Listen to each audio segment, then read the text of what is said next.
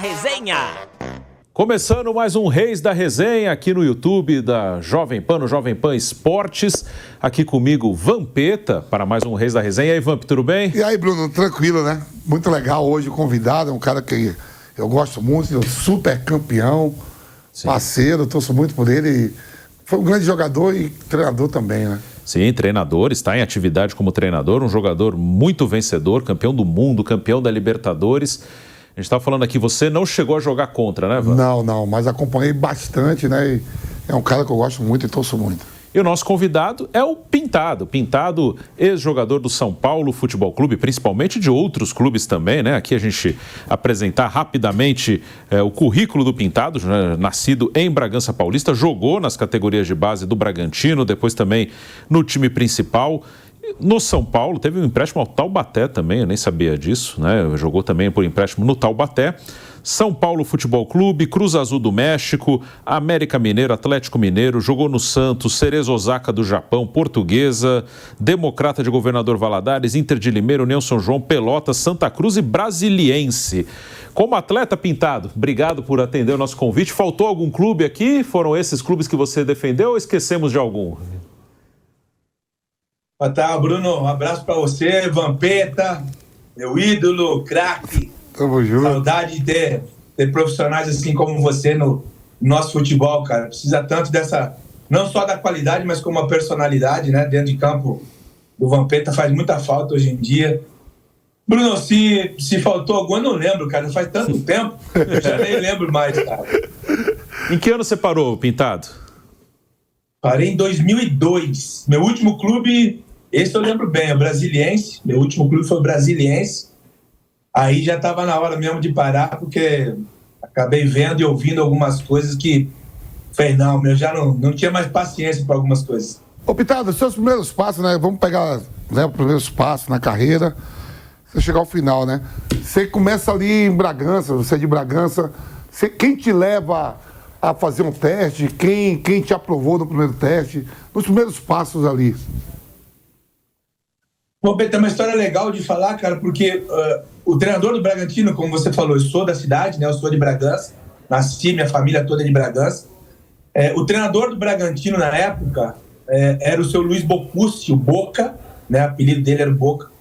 E ele foi treinador dos juniores do Palmeiras também, antes de vir para o Bragantino.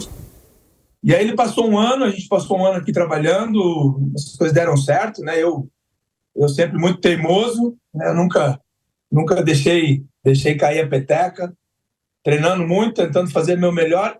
O Boca volta para o Palmeiras e aí ele me leva junto, eu e mais 2 jogadores aqui da base do Bragantino que já fazíamos parte do profissional. Ele levou a gente junto para o Palmeiras e aí eu fiquei um mês, quase 60 dias no Palmeiras, nos juniores do Palmeiras, para depois do Bragantino me informar que eu estava sendo vendido para o São Paulo. E isso foi uma negociação direta com o Cilinho, que era o treinador do São Paulo.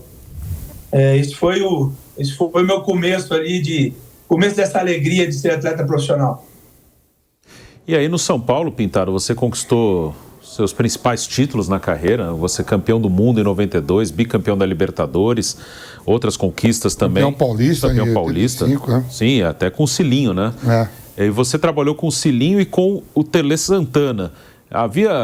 Como você define esses 2 treinadores? Hoje você é um treinador de futebol. Havia muita diferença entre o Cilinho e o Tele. O que você pode falar desses 2 treinadores?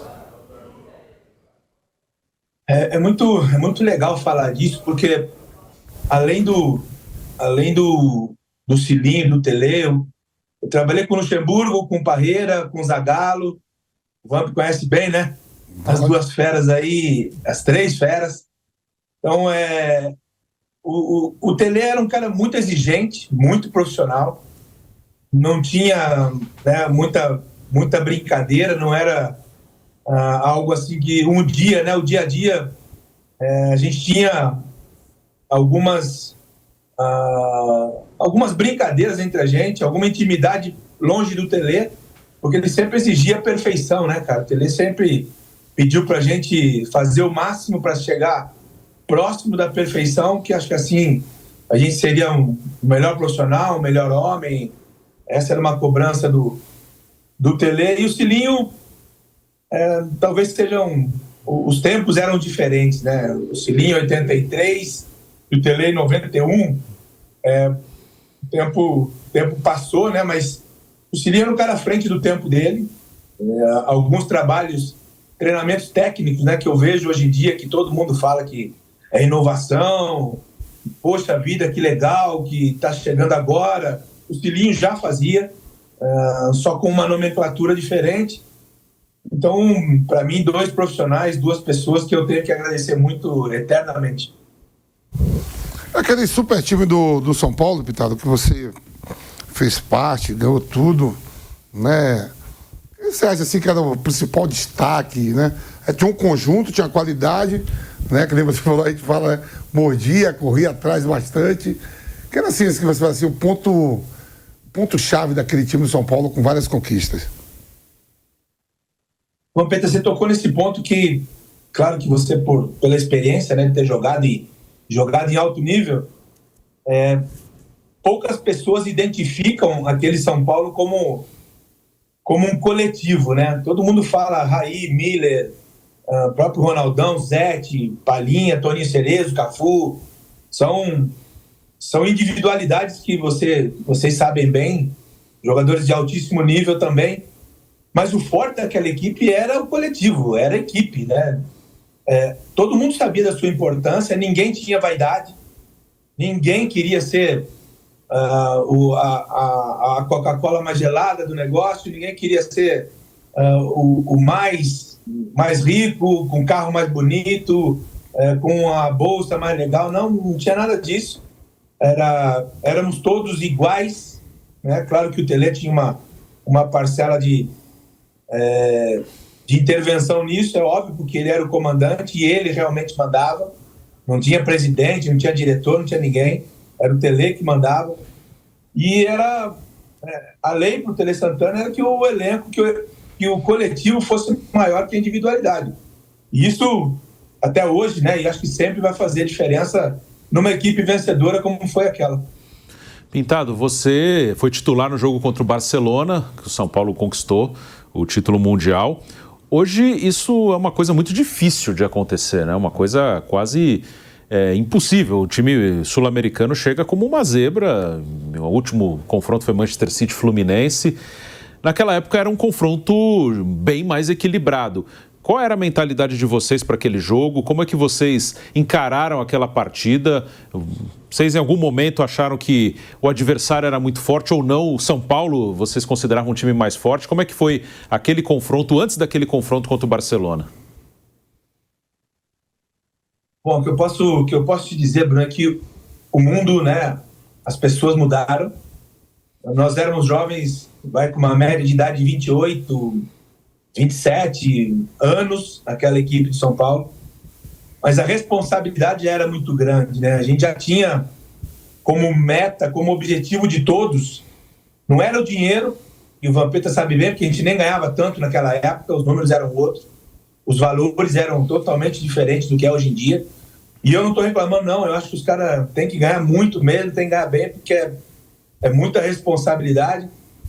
Mas o que sempre chamou muita atenção nessa equipe do São Paulo, que venceu o Barcelona e venceu jogando bem, venceu sendo melhor, é que a gente tinha o comprometimento de todos. Todo mundo tinha que se entregar, todo mundo tinha que se doar. A gente tinha uma amizade muito grande, mas antes da amizade vinha uma união de jogadores, de pessoas, de profissionais. A gente tinha uma cumplicidade muito legal fora do campo, fora dos treinos. Isso fazia muita diferença, né? Hoje em dia a gente vê muito algumas desculpas, né? Que parece que, poxa, mas o europeu joga com 2 pernas, 2 braços e uma cabeça, cara. Né? Não tem ninguém diferente assim do outro lado. Eu acho que essa personalidade hoje em dia faz muita diferença. Esse comprometimento, a responsabilidade, eu acho que isso hoje pesa muito quando a gente fala de um confronto de sul-americanos com um europeu. Então, né, o São Paulo é um dos clubes, né, pioneiro aí, tricampeão da Libertadores, né? Antes o nosso futebol brasileiro se dava muita importância para os clássicos regionais, né, os estaduais, Campeonato Brasileiro, e não focava tanto em Libertadores. O São Paulo sempre ripando em Libertadores. Depois os clubes brasileiros começaram a olhar com um modo diferente. Hoje a gente tem o São Paulo tricampeão, tem o Flamengo tricampeão, tem o Palmeiras tricampeão, o Santos também, né? Santos e Grêmio. E Grêmio, tudo tricampeão. Essa corrida, essa obsessão dos clubes brasileiros, né? Que dá vaga hoje, quase 8 times de 20, a depender de como termine a competição do Campeonato Brasileiro, leva a Libertadores. Como é que você encara isso hoje? Que antes, o São Paulo é que é o pioneiro nisso, de fazer com que os outros clubes, né, as outras agremiações, visem a Libertadores, buscando o Mundial de Clubes, o novo formato de Mundial, né, Bruno? Sim. Vai ter agora com 32 clubes a partir do ano que vem, né? E você fez parte disso aí com o São Paulo, cara. Vampeta, o que tem uma história até muito legal, cara. Foi na estreia São Paulo e Criciúma. Foi lá em Criciúma o jogo. O Tele leva uma equipe mista, vamos pensar assim, para jogar em Criciúma, e a gente tomou 3 do Criciúma lá e ficou ruim, sabe? Ficou um ambiente muito chato para todos nós. E na volta dessa estreia nossa de 92, da Libertadores de 92, quando a gente chega no CT, o Tele chama todo mundo pro vestiário. Aquelas reuniões que a gente já imagina, né, Vamp? Você sabe que o bicho vai pegar. E com o Tele não era diferente. E o Tele chamou todo mundo e falou: olha, a partir de amanhã a gente vai encarar essa Libertadores para vencer. Nós queremos ganhar, o São Paulo quer vencer essa competição. Eu acho muito importante para todos nós. Já vamos começar a movimentar. O Nelsinho já não faz parte do elenco mais, não está nos meus planos, e eu acho que a gente precisa rever algumas coisas. Eu sei que o Tele afastou uns 3 ou 4 atletas ali, direcionando realmente para a competição, mostrando a seriedade. E aí a gente quis crescer, né? Não, peraí, Tele, não afasta o Nelsinho, não. O Nelsinho é parceiro. Não queremos que ele vá, não. Queremos que ele fique aqui, a gente está junto. E não sei o quê. Aí o Tele chamou todo mundo de novo, falou: vem cá, vocês querem que fique, então, é isso? Então vocês vão lá no presidente e fala pro presidente de São Paulo que vocês querem que eu vá embora e que esses jogadores fiquem. E aí vocês podem continuar como quiserem. Acabou a conversa, acabou a resenha. Já ninguém falou mais nada. Foram as decisões que o Tele tomou, que acabou sendo respeitada. E dali, com tudo isso que aconteceu, a gente encarou a Libertadores, que, como o Vampeta bem falou, né, todo mundo começou a olhar diferente, porque os valores, né, são muito diferentes, cara. Premiação, tem muita coisa na Libertadores que virou um atrativo para todos os clubes e para os jogadores também, né? É um campeonato internacional que a visibilidade é muito grande. Pintado, até a estreia vocês perderam para o Criciúma e o Tele colocou... Tem uma briga, né, do Flávio Prado, seu pai, com o Tele, né? Tele, por causa desses 3-0. O Flávio conta aqui Flávio conta que não tinha negócio de Instagram, mandar mensagem, o pau fechou mesmo, né? Foi, porque ele não concordou de o São Paulo jogar com time reserva, com o Criciúma, né? O Tele botou o time reserva. Então foi 3-0 pro Criciúma, né? Aí depois foi crescendo o São Paulo, e afinal foi num estádio lotado, com invasão no campo, com festa. Foi crescendo para vocês também o peso dessa competição? E por que começou com o time reserva? Por que o Tele fez essa opção e depois se tornou algo gigantesco para o São Paulo? E o público na final, toda a festa, deixou isso bem claro, né? Então, Bruno, eu acho que foi uma opção do Tele, porque acho que a gente teria algum jogo importante na sequência. Alguns jogadores talvez tentaram ou quiseram se preparar melhor para os confrontos que viriam, e o Tele acabou entendendo isso numa boa, mas depois que nós perdemos o jogo e foi 3 fora o ameaço, aquela coisa braba mesmo, o próprio torcedor são paulino, né, acabou abraçando a gente no jogo de volta contra o Criciúma, acho que foi 4 no Morumbi, e a gente também com muita vantagem, né? A gente conseguiu jogar e fazer um bom jogo. E quando o torcedor são paulino abraça a equipe, como sempre faz, não foi naquela época, Eu lembro porque tive esse prazer, essa honra de ter esse torcedor a nosso favor ali, né? O gramado do Morumbi treme quando o torcedor São Paulino realmente abraça a equipe e vem junto, né? A gente está vendo agora novamente isso acontecer. Que legal, que bonito que é ver isso. Mas uma final com 120 mil São Paulinos dentro do Morumbi, entrar todo mundo no campo, é algo assim histórico e só quem viveu entende a emoção que é. Vitado, eu tô vendo aqui você foi emprestado ao Taubaté e depois o Tele manda te buscar de volta, né, cara? O Tele foi o maior treinador que você já trabalhou? Eu sempre falo isso, né, que você conhece bem Luxemburgo, Parreira, Zagallo, você conhece as feras e o quanto esses profissionais oferecem de coisas boas pra gente, né? De quanto a gente aprende com todos eles. Mas eu venci, né? Eu ganhei títulos importantíssimos com o Tele. Eu morava no CT também, no quarto da frente do Tele. O homem acordava todo dia às 6 horas da manhã e às vezes o horário não batia, né? A gente chegava um pouco mais tarde, né, mano? Aí o homem acordava cedo e eu já tinha que pular da cama porque, 6 horas da manhã, a gente ainda tá começando um soninho, né? Então, foi uma pessoa que me ajudou muito profissionalmente e pessoalmente. Na minha vida pessoal, eu aprendi muita coisa com o Tele e, graças a Deus, hoje eu tenho uma vida tranquila porque ouvi muito o que o mestre falou. Pintado, e você como treinador, você tem alguma coisa do Tele Santana ou é uma coisa diferente, até não só parte tática, mas de comportamento, de liderança? O que você pegou do Tele Santana para o seu trabalho atual de treinador? Não tem como não usar alguma coisa, né? Claro que não é uma cópia, porque eu jamais vou me aproximar da perfeição com que o Tele fazia. É impossível fazer como ele ou executar como ele executava.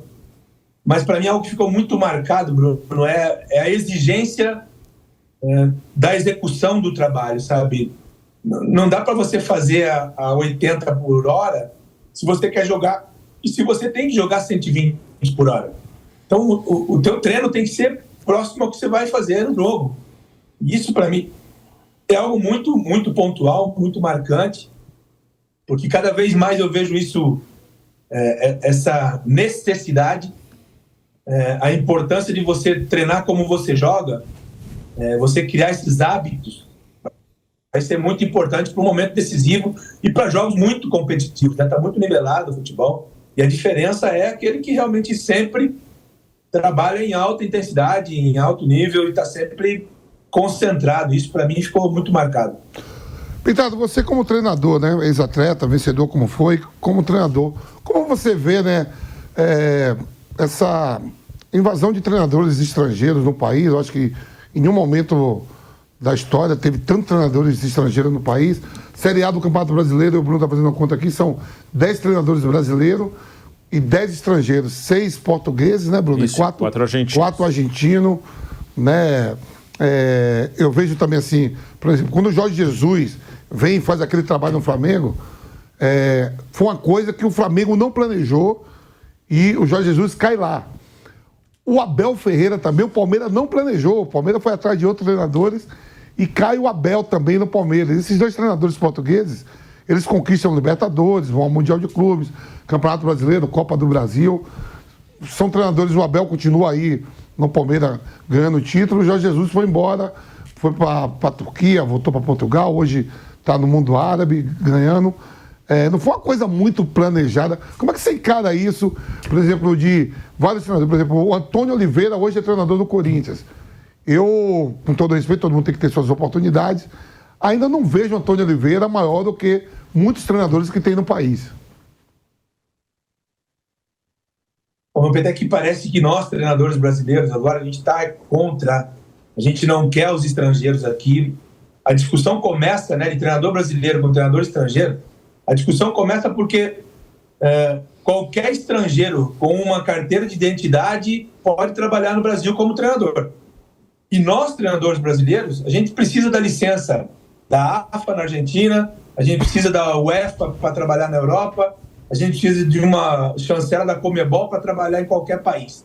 Eu acho que isso é injusto, né? Eu acho que esse foi o primeiro ponto, né? Assim começou essa discussão que virou moda, né? Muita gente está contratando o estrangeiro, mas nunca viu o cara dar treino, não sabe se o cara quer participar dessa loucura que é o futebol brasileiro. Tem muito treinador estrangeiro bom, de qualidade, sim, é verdade, mas a gente já viu também treinadores, se não do mesmo nível, um nível abaixo dos brasileiros, trabalhando no futebol mais vencedor do mundo. 5 Copas do Mundo só o Brasil tem. Então, para mim, é muito cruel, porque vejo uma nova geração aí sendo cortada. Mas treinador brasileiro não estuda. Não, é que a CBF nos ofereceu o primeiro curso, né, para treinador oficial que vale, né, que tem validade, é da CBF, que fazem 10 anos que começaram a colocar esse curso aqui. O primeiro curso que eu fiz de treinador foi na Universidade Federal de Minas Gerais. Foi em Belo Horizonte, e que era um curso dentro da Faculdade de Educação Física. Não tinha nada a ver com o treinador de futebol. Até hoje, o treinador de futebol ainda não é visto como profissão no Brasil. Então, a gente tem muita coisa aí para melhorar, muita coisa para avaliar. Os treinadores estrangeiros são treinadores de treino. Quando eu digo treinador de treino, é aquele que precisa de uma semana cheia para implementar a sua metodologia, para colocar o seu sistema de jogo, aquela repetição, aqueles trabalhos que realmente eles fazem e é muito bom e muito mais bonito diferente do que a gente faz aqui. Então eu sinto muito de verdade, porque quem é que faz essa avaliação? E como você falou, a gente revelou, acho muito legal, competentíssimo, é o melhor treinador no Brasil hoje, o Abel, mas o Abel nunca tinha sido treinador de uma grande equipe, de uma equipe de expressão, quando chegou para o Palmeiras. Então, com competência, porque ele é bom treinador, sim. Claro que o futebol brasileiro, né, a estrutura do Palmeiras ajudou também, Jorge Jesus também. Queria ver esses caras chegando, né, numa equipe mais humilde, com menos condições, para ver se conseguiriam esses resultados também, já que são tão bons assim.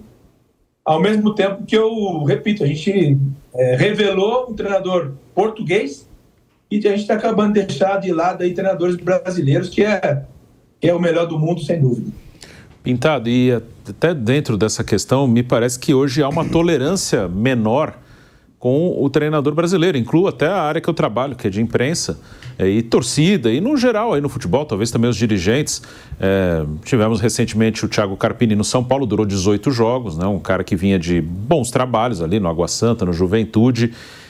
Me dá a impressão assim que vocês têm que ganhar, e ganhar bastante, para depois ter um tempo de trabalhar. Ô, Bruno, em cima disso, você pega o treinador do Botafogo, é um cara que não fez grande trabalho em Portugal, né? Fez agora, né? Era do Braga, o Aí Arthur você Jorge. pega o próprio Diego Milito, chegando agora. Do Argentino Júnior.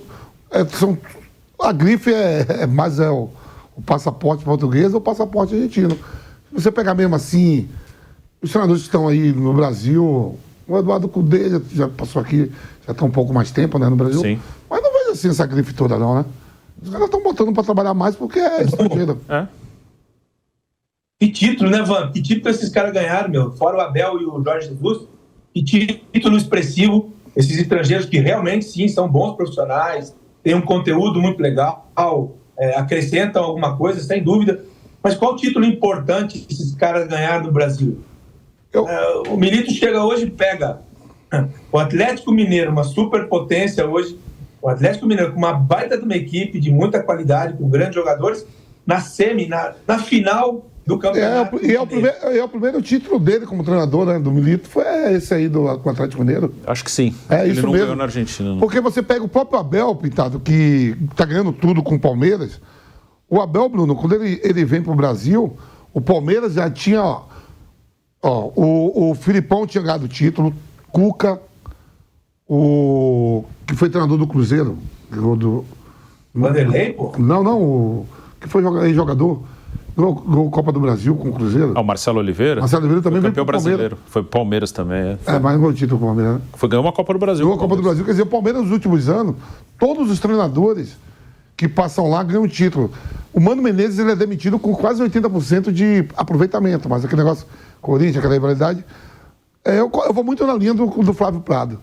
Fora o Jorge Jesus, que tinha uma história maior lá em Portugal, os demais vêm tudo para aqui para conquistar esses títulos. Sim. O próprio Antônio, ele veio como auxiliar do Gesualdo Ferreira no Santos, depois ele foi ficando.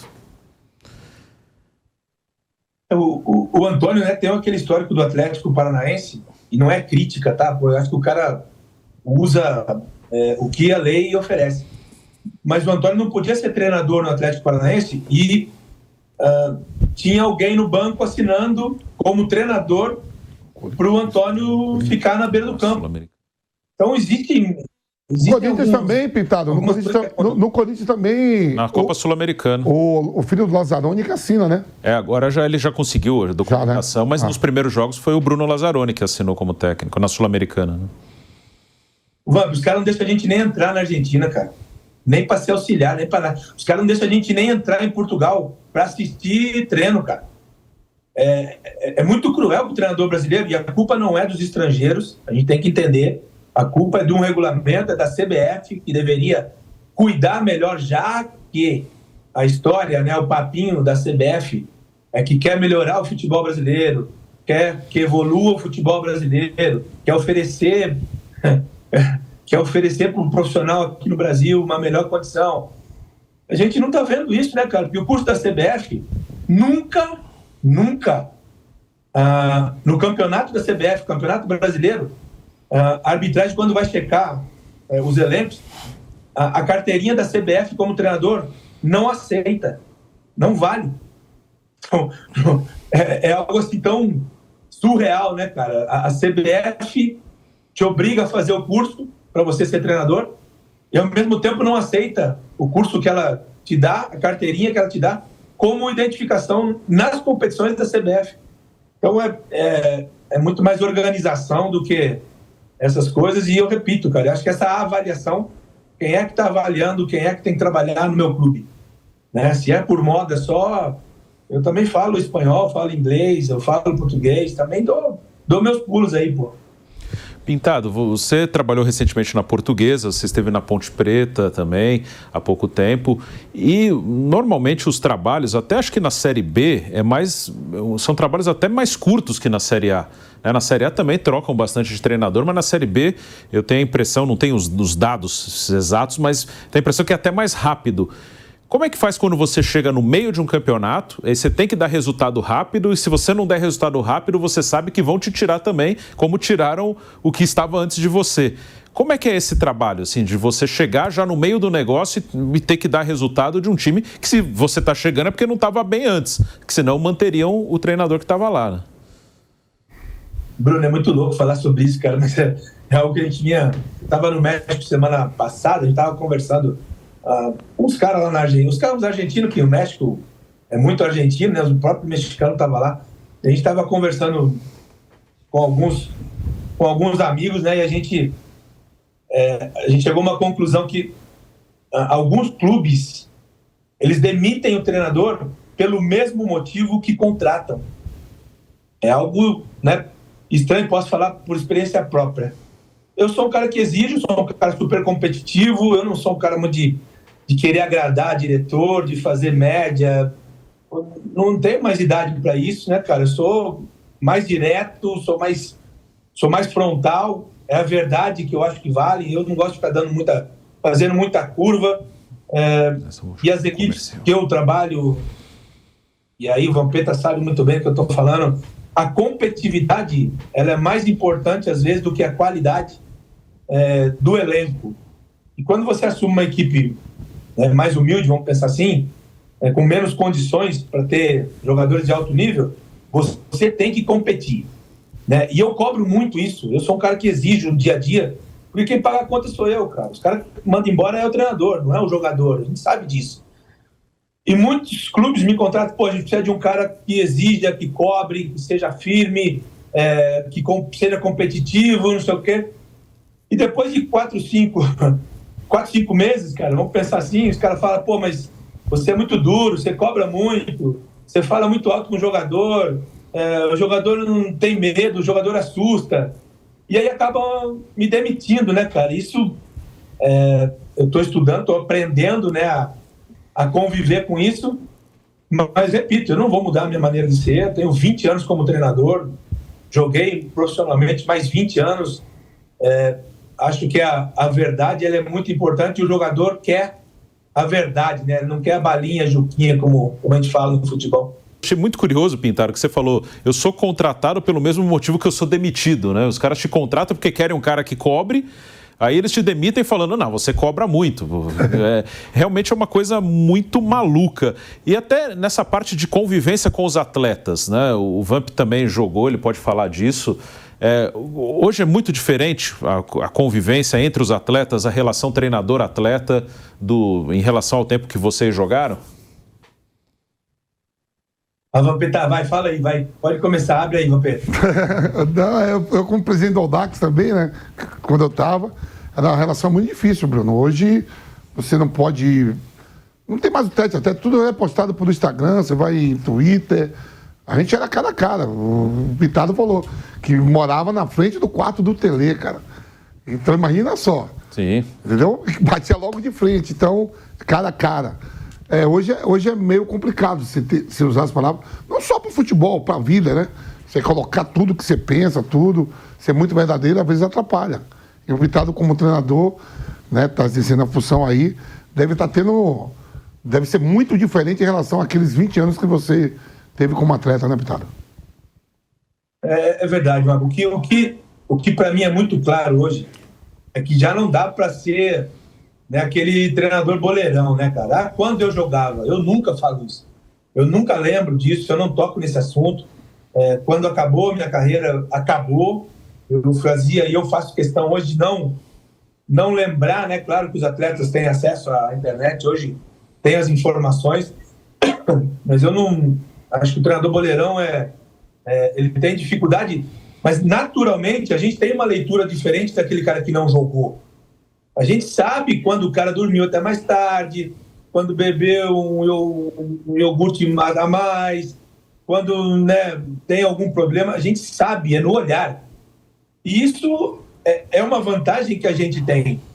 E o mundo é diferente, né? Hoje o mundo é outro. Hoje a internet responde tudo para os jovens.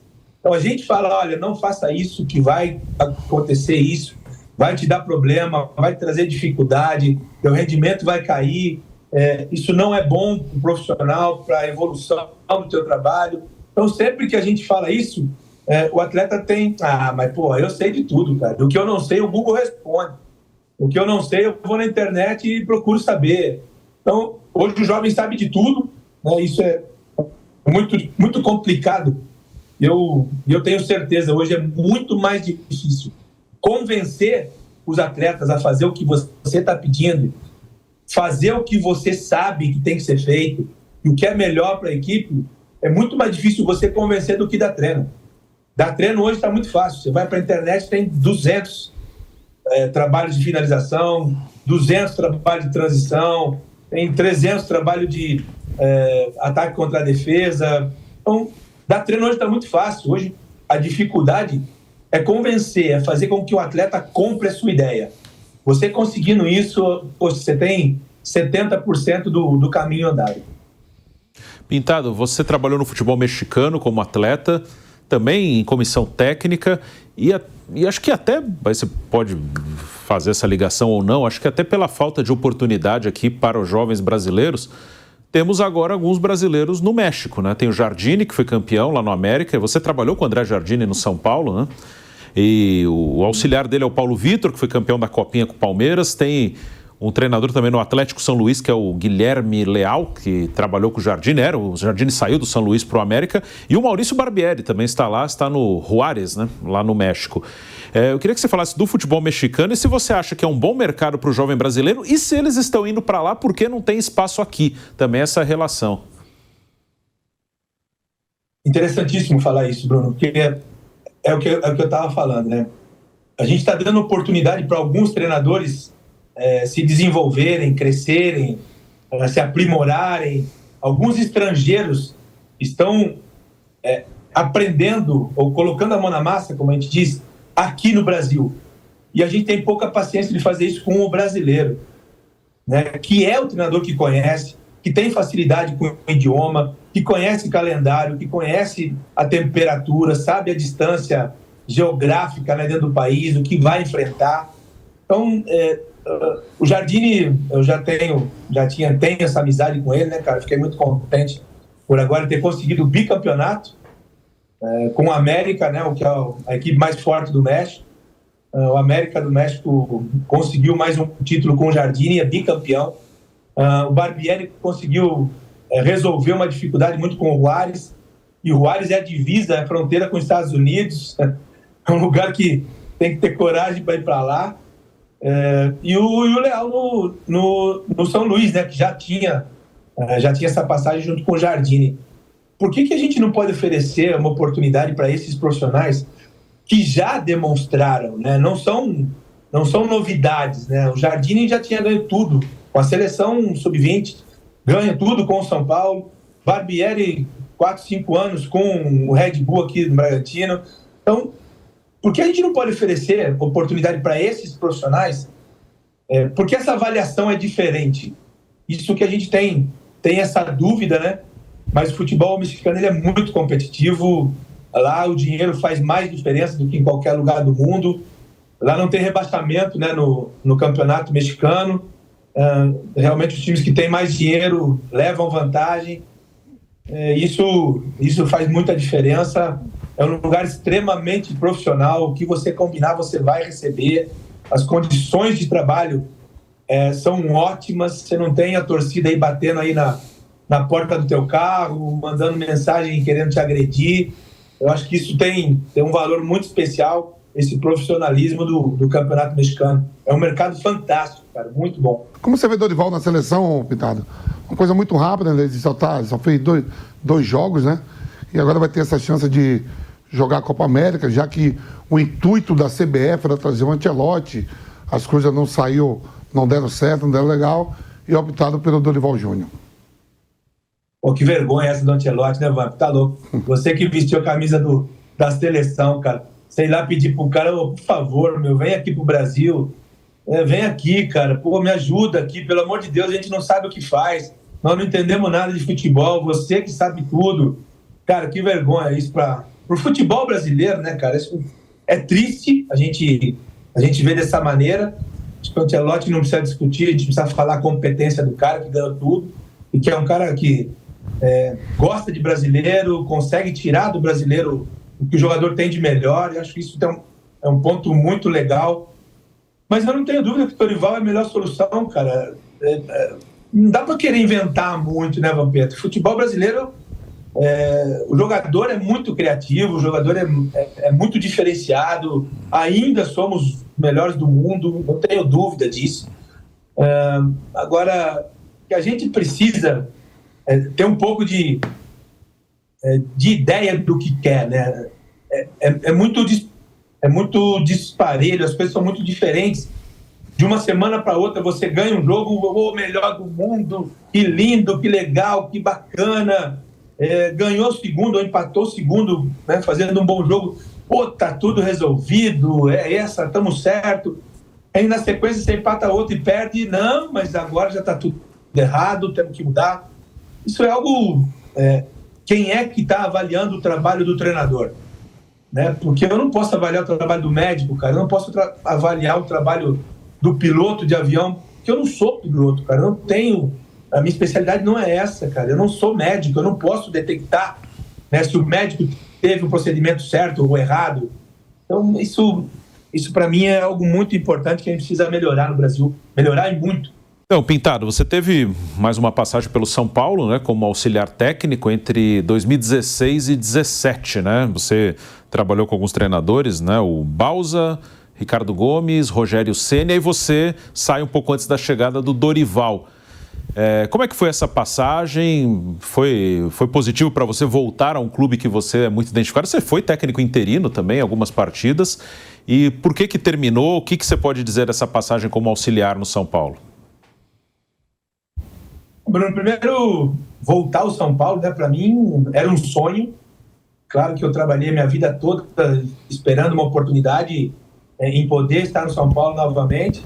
E quando aparece essa oportunidade, eu tinha acabado de voltar do México e eu estava no Guarani como treinador, tinha feito 13 jogos invictos. E aí eu vou para o São Paulo e me oferecem a oportunidade de ser auxiliar fixo da casa. Nunca me prometeram um trabalho de treinador, daqui a um tempo você vai ser treinador. Nunca. Eu sempre fui muito consciente de que eu era auxiliar técnico fixo do clube. Auxiliar técnico faz parte da área técnica, eu tinha uma responsabilidade com a área técnica. Acho que o próprio cargo, o nome, já disse que eu faria parte da área técnica, né? E aí o Bausa é um cara super, super especial, um cara que assim, aceitou muito de boa, cara, foi muito bacana, convívio por ser um estrangeiro, até hoje sou amigo do auxiliar dele, o Camelo, um cara muito bacana, a gente sempre está conversando aí, trocando ideias. O Bausa passa por um momento difícil de saúde também, cara, a gente está torcendo muito para que dê tudo certo para ele. O Ricardo Gomes é um cara muito especial, acho que dispensa comentários, é uma pessoa boníssima, meio fora do parâmetro aí do que é o futebol, um cara super sério, super competente, arrumou a casa do São Paulo num momento muito difícil da equipe. Tecnicamente é um cara que sabe muito de futebol. E o Rogério iniciando a carreira, né? Você imagina o Rogério Ceni, maior ídolo do São Paulo, sendo treinador do São Paulo. Qual era o sonho de todos? E o Rogério era a solução, né, cara? O Rogério ia fazer a gente ser campeão do mundo de novo, bicampeão da Libertadores, ia fazer a gente ganhar tudo. E o clube vivia um momento difícil, né, cara? Depois do Bausa aí, as coisas ficaram muito difíceis. O Ricardo pegou uma bucha gigante. E eu, imaginando que auxiliar técnico, né, fazendo parte da área técnica, eu tinha obrigação de comentar ou de falar algumas coisas que eu estava vendo, né? Porque é minha responsabilidade. Eu não imagino que o São Paulo tenha me levado de volta imaginando que eu ia ser só um cara que ia distribuir colete, pegar a bola atrás do gol, colocar uma estaca, levar o gol móvel, passar recadinho, mandar... Eu tenho certeza que o São Paulo, as pessoas me conheciam muito bem e sabiam que eu ia, né, cobrar algumas coisas que eu via que estava errado. Eu ia pontuar algumas coisas. Isso incomoda, né, cara? Quando você acaba falando, poxa, isso está errado, cara. A gente já viu isso, eu já vi isso. Não vai dar certo, cara. Não pode um jogador custar 600 mil há 2 meses atrás e custar 2 milhões de dólares 2 meses depois. Eu acho que isso é um erro muito grande que se comete. Quem avaliou, né, se tecnicamente esse jogador vai jogar no São Paulo? Então, essas coisas dificultaram o meu caminho, mas assim mesmo foi 1 ano e meio, né, 1 ano e meio de sonho, né, jogar e trabalhar no São Paulo, estar ali convivendo com esses profissionais de alto nível aí, tanto o Bausa, o Ricardo e o Rogério, cara. Para mim foi um aprendizado muito grande, sou eternamente agradecido a esses, hoje, meus amigos, né. Como você vê a chegada aí do treinador argentino no São Paulo, o Zubeldia, Pintado? Tem o quê, Bruno? 11 jogos, né? 9 vitórias e 2 empates? São 10 jogos, né? 11 invicto, que teve um com o Milton Cruz. E o São Paulo na Libertadores, no sorteio, pega o Nacional do Uruguai. Nacional do Uruguai, né? Tem acompanhado, Pintado? Ô, Vamp, é muito legal a gente poder falar sobre isso, porque parece que o Zubeldia resolveu todos os problemas do São Paulo, está tudo lindo, maravilhoso, que já vai ser campeão da Libertadores, vai ser campeão brasileiro, campeão do Mundial, parece que tudo está resolvido, né? A gente sabe que o caminho é muito difícil, cara. O que o Zubeldia vem fazendo aí, eu acho que um ponto muito legal foi ele ter simplificado, né? Ele colocou competitividade na equipe, ele colocou algumas situações que o jogador brasileiro entende muito bem, que o melhor vai jogar, que a equipe precisa de resultado, que para ter resultado precisa competir, treinar em alta intensidade. Eu acho que isso é muito importante, né? Nada que a gente já não saiba, nada que a gente já não tenha visto, mas talvez por ser estrangeiro tenha conseguido, né, convencer os jogadores de uma maneira mais forte, e os resultados são muito bons, né, cara? Não dá para discutir isso. A gente vê que a atitude dos jogadores é muito diferente. Os jogadores têm, sim, um respeito muito pelo que está sendo feito. E ele é um cara que já tem um bom histórico, né? É um parente dele, cara, lá na Argentina. Os caras falam que um parente dele foi treinador também, que inventou o offside, né? Inventou a linha de impedimento. Quando começou, né, na regra, o futebol com impedimento, foi um parente do Zubeldia que inventou essa linha jogar mais alta, essa linha, né, sair para deixar o jogador em impedimento. É um cara que tem histórico já de família, um DNA muito bom, e está fazendo um grande trabalho, né? Que bom. Então, mas até dentro do que você falou, né? Os resultados são bons, né? Mas fica a impressão às vezes que agora aconteceu uma mágica, né? Tudo foi resolvido. E é a mesma velocidade, acho que até dentro daquilo que você falou, né? Que você é contratado e demitido pelo mesmo motivo, né? Muitos que hoje exaltam os resultados quando o cara perder 3, 4 jogos ou for eliminado de uma competição, acho que também exageradamente podem criticá-lo, como já aconteceu com vários treinadores. Essa coisa assim do 2 ou 3 resultados, no caso dele são 10 jogos, é uma coisa, claro, bem legal o início dele, mas essa coisa de 2, 3 resultados ou uma eliminação mudar tudo, o quanto que isso atrapalha o trabalho de vocês ou de qualquer outro treinador, seja estrangeiro ou brasileiro aqui, que o cara é um gênio, um mês depois o cara já é um burro, já não sabe nada? É muito interessante, né, Bruno? Porque a gente é uma avaliação que, para mim, o mais importante é como, né? Como perde, como ganha, o que é feito durante a semana, o que o treinador trabalha, qual é uma filosofia, o que ele quer implantar dentro da equipe.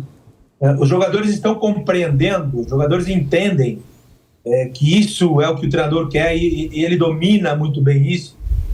Então essa avaliação, ela tem que ser mais criteriosa, cara. Isso é uma coisa que alguém precisa olhar de uma maneira diferente. Não pode ser só que eu ganho, e muitas vezes uma equipe ganha porque acertou um chute de fora da área, um golaço do cara, mas a outra equipe jogou dentro da sua área, a outra equipe teve chance de vencer. Né, o primeiro tempo foi totalmente dominada, e no segundo, por um lance ocasional, você acaba fazendo gol e vencendo. E aí você que legal, sabe tudo, tem sorte, conseguiu ajustar a equipe. Da mesma maneira que você perde um jogo, né, sendo melhor, jogando melhor, mas com a infelicidade de não colocar a bola para dentro, né, cara? O cara erra um pênalti, que poderia mudar totalmente a história do jogo, e no final do jogo você acaba perdendo, né, de uma maneira sendo melhor dentro da partida. Então essa é uma avaliação que quem faz, e eu respeito muito a hierarquia, não só no clube, mas nas famílias, em tudo no país. Acho que é muito importante que seja respeitada a hierarquia. Quem manda tem o poder, quem paga tem a caneta, tem o poder de tomar a decisão que achar que tem que tomar, mas precisa ser melhor avaliado, cara. Precisa ser um pouco mais frio nessa avaliação. Não pode ser porque a torcida grita, burro, é seleção, é o melhor do mundo, você vai tomar uma decisão, né? Não é porque a imprensa, que também avalia sentadinha aí, né, no ar-condicionado, e é gostosinho, né, Van? Ar-condicionado aí tá gostosinho, não tá lá, né, com a cabeça desse tamanho, sabendo que as decisões são muito importantes para você tomar em fração de segundo, resolver uma fração de segundo. Então, acho que essa avaliação ela tem que ser diferente, cara. Precisa melhorar muito essa avaliação do trabalho do treinador, para que você possa escolher melhor também o treinador e falar, esse é o cara que eu acredito, é nesse cara que eu vou apostar, né? E por mais que ele não tenha conseguido os 2, 3 primeiros resultados, eu vou oferecer uma condição para ele, porque eu sei que ele tem o que eu quero e oferece e vai trazer resultados. Essa avaliação ela é muito importante, tem que ser mais criteriosa. Aí, em cima disso, Tadeu, a passagem do Carpini, o que você achou? Bom, Pedro, é um jovem, né, cara? Um treinador jovem aí que chega num gigante como o São Paulo, né? Depois de São Paulo ter ganho um título de muita expressão, que é a Copa do Brasil, jogando bem com o Dorival, uma equipe super encaixada. Carpini chega, né, quando ele consegue manter a equipe do Dorival, manter um pouco, né, a herança do Dorival, ele conseguiu os resultados bons, e a partir do momento que ele tem que fazer as mudanças para colocar a maneira dele de jogo, é difícil, você não consegue construir da noite para o dia. Numa grande equipe, principalmente, você sabe bem que, né, o jogador na grande equipe, ele olha assim de cima para baixo às vezes, isso é muito complicado, você tem que saber se impor, você tem que saber se colocar, virou amigo, acabou, virou amigo, já era, você não pode brigar comigo porque você é meu amigo, e aí você não pode me cobrar porque você é meu amigo. Então essas coisas são muito complicadas. Repito, acho que o Carpini tem um futuro brilhante aí pela frente, e um grande clube como o São Paulo, os resultados são muito importantes para a continuidade. Pintado, e sobre a seleção brasileira, a gente falou um pouquinho de Copa América, atletas brasileiros, Vinícius Júnior campeão agora, e um dos destaques do Real Madrid, tem o Rodrigo, que também é um jovem, de muito talentoso. Muitas vezes a gente fala, principalmente quando o Brasil perde a Copa, né? A geração não é boa, mas a gente vê os brasileiros fazendo sucesso lá fora. Ainda tem um jogador como o Neymar que se recuperando. Tem muito jogador brasileiro jogando bem fora do país. Você acha que, Endrick agora indo para fora, você acha que o Brasil tem hoje bons jogadores? Dá para montar uma seleção forte? Dá para montar uma seleção para chegar lá em 2026 para lutar por título mundial? Como você acredita nesses atletas brasileiros? E o próprio Neymar mesmo, é um jogador que você ainda acha que vai retornar a um alto nível à seleção brasileira? Bom, vou começar pelo Neymar aí, que tá na onda, né? Tá nas páginas, como a gente fala. Acho que o Neymar precisa voltar realmente ao objetivo, né, para ele, que é jogar futebol. O espaço na terra, onde o Neymar mais foi feliz é dentro de campo. O Neymar ele tem tido dificuldade fora de campo, muitas vezes por escolhas dele. Ele já não é nenhuma criança mais, ele já é um homem, sabe muito bem o que faz, e ele é livre para fazer o que quiser. Mas eu, como torcedor, né, como fã de um cara de alto nível, de um craque como é o Neymar, gostaria muito que ele se concentrasse para poder disputar uma última Copa do Mundo, para poder entregar, né, esse momento que o futebol, essa vida que o futebol deu para ele entregar em alto nível, cara, para ser feliz realmente, para deixar os torcedores brasileiros felizes. Se ele se concentrar, se ele focar, né, como a gente fala, em se preparar para disputar uma boa Copa do Mundo, acho que ele é muito importante, pode fazer a diferença para a seleção chegar muito longe. E acho que a seleção brasileira está bem servida.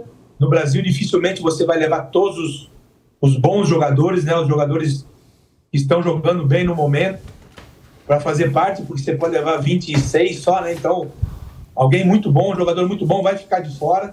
Isso todo mundo tem que entender. Mas eu repito, essa avaliação do futebol brasileiro ser tão ruim assim, cara, precisa ter um pouco de calma, porque quem é que está avaliando isso, cara? Como é que os caras podem vir à Europa, que tem cada equipe, né, na Premier League tem 10 scouts de alto nível, os caras que estudam diariamente, vê jogo todo dia, buscam atletas no mundo todo. Esses caras vêm buscar os jogadores aqui no Brasil, né? O jogador mais caro é o brasileiro. O jogador que mais chama atenção é o jogador brasileiro. E a gente tem uma avaliação. Quem é que está falando que o jogador brasileiro é ruim? Será que é o cara que vende carro, que vende propaganda? Será que o cara que é amigo do presidente, é amigo de um milionário, é amigo de uma empresa muito grande? Será que esse cara falando, ele tem conhecimento, né? Um cara que nunca deu um chute, como a gente fala, vai seriamente. Um cara que nunca deu um chute na bola, será que o cara sabe avaliar, né, se o jogador é bom, se o jogador é ruim? Repito, respeitando sempre as opiniões, entendo muito bem o que todo mundo fala, porque é muito jogo no Brasil. Hoje a exigência, né, de ir atrás de dinheiro faz com que a gente atropele a formação do atleta. Muito jogador ainda está se formando e já tem a responsabilidade de ganhar título para os gigantes aqui no Brasil. Acho que precisa ser revisto, mas eu repito, a minha opinião é que o jogador brasileiro, o treinador brasileiro são os melhores do mundo. Em cima disso, né, Pintado, tinha uma pergunta minha aí. E Vinícius Júnior? O que você tem? Será que ganha como o melhor do mundo? O que você acha do Vinícius Júnior? O cara que decide praticamente 2 Champions, ele já tem, né, uma vantagem muito grande, uma avaliação, como eu disse, né? A gente está avaliando, você não pode avaliar só a final, porque na final, sim, fez uma grande partida, algumas tomadas de decisões ainda pela juventude faz parte, a ansiedade de ganhar mais uma Champions. Acho que ele fez a diferença, sim. Gosto muito, acho que ele está muito próximo, sim, de ser o melhor do mundo, principalmente pelos títulos, né, conquistados. Mas eu sou fã do De Bruyne, cara. Para mim, De Bruyne vem há pelo menos 4 anos sendo um jogador fantástico, fazendo com que a equipe jogue em função dele, fazendo com que ele não só faça gols, mas também as assistências, a construção do jogo. O grande momento do City passa pelos pés do De Bruyne. Agora, é claro que o meu coração é Vinícius Júnior e, sem dúvida nenhuma, né? Mais um carnaval pra gente aqui. Bom, Pintado, está terminando o nosso tempo aqui. Agradeço muito por ter aceitado o convite, pela conversa, pela resenha. E, desejo boa sorte nos seus projetos como treinador, que está num mercado difícil, como você falou. E o que você projeta ainda para esse ano, Pintado? Tem alguma coisa? Bruno, cada rodada é uma emoção no Brasil, né, cara? Tô aguardando alguma coisa assim, tive algumas propostas aí, mas eu tinha que fazer uma viagem para o México lá, ver algumas coisas também, buscar abrir o mercado, né, para mais brasileiros lá, para a gente rever alguns amigos. Eu morei 5 anos lá, conheço bem o que é aquilo lá, e o Brasil, o México em ebulição, né, com uma eleição para presidente. Agora estou de volta aqui, vendo o mercado, vou trabalhar sim, acredito que nos próximos dias aí deve acontecer. Já tô com o estômago embrulhado aqui, cara. Sei que o bicho vai pegar e agradeço muito o convite de vocês, feliz por estar conversando aí, trocando essa ideia com você e com o craque Vampeta. Parceiro. Obrigado, Vitado. Te amo, boa sorte aí. Novo trabalho aí, na nova incumbência aí, quando aparecer. Que Deus te abençoe, meu irmão. Obrigado, meu irmão. Obrigado, Ivan. Um grande abraço para você também. Tamo junto. Valeu. Obrigado, Pintado. Um grande abraço. Nosso convidado hoje no Reis da Resenha, Vampeta. Abração. Tamo junto, Bruno. Valeu, até a próxima. Encerrando aqui o Reis da Resenha, toda semana aqui na Jovem Pan, um bate-papo com alguma personalidade do futebol. Seguimos aqui com a programação de esportes aqui no canal Jovem Pan Esportes. Grande abraço. Até mais. Reis da Resenha. Realização Jovem Pan News.